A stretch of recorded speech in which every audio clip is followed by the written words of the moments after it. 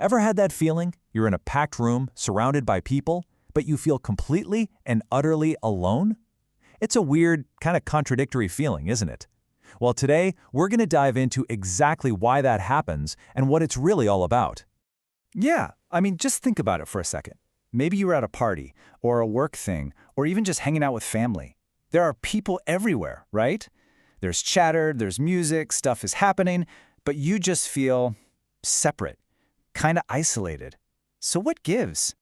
So let's really set the scene here, because I bet this sounds familiar. Okay, so you're in a room, and it's full of people. And on the outside, everything looks totally fine. You're doing all the right things. Talking, laughing, chiming in. You're basically playing the part of a social person, and you're playing it perfectly. But on the inside, yeah, that's where the disconnect is. It's almost like you're watching a movie of your own life, you know? Like you're behind this sheet of glass. It's this super weird, quiet feeling of being alone. So, what is actually going on here? Okay, this is really the core of it all. Most of us think loneliness just means, there's nobody around. But that's not it at all. The deeper truth is that loneliness isn't about a lack of people, it's about a lack of feeling understood. It's not a numbers game, it's all about the quality of the connection. And this all boils down to a really basic human need we all have: recognition.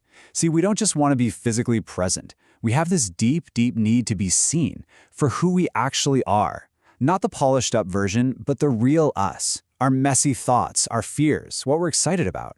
We want to be more than just the friend or the coworker role we're playing. So, why does this feel like such a modern problem, like it's happening more and more? Well, a huge piece of the puzzle is just how we talk to each other now. We've gotten so good at communication that's fast. Quick texts, status updates, constant pings. But all that speed, it's often costing us depth. Let's look at this a little closer. On one side, you have speed communication.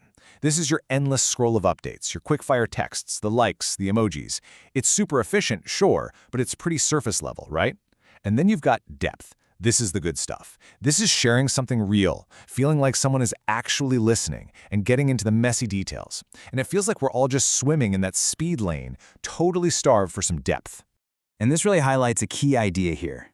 Just because you're busy, just because you're socially active, that does not mean you're emotionally connected. Seriously, having a packed calendar doesn't mean you have a full heart.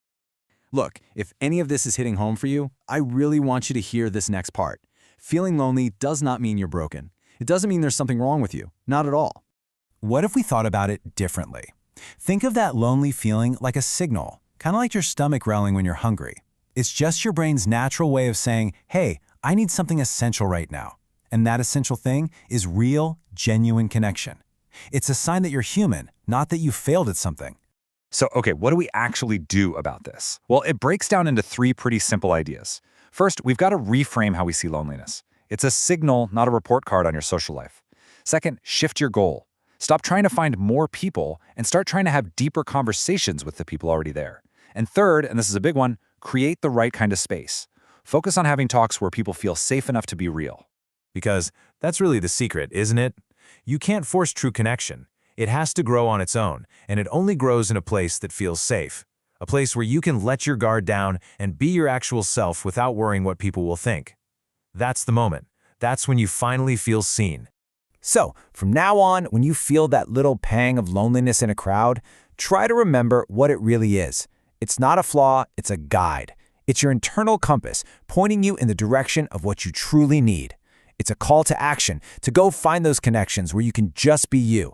Because that feeling of being truly understood, that is always worth seeking out.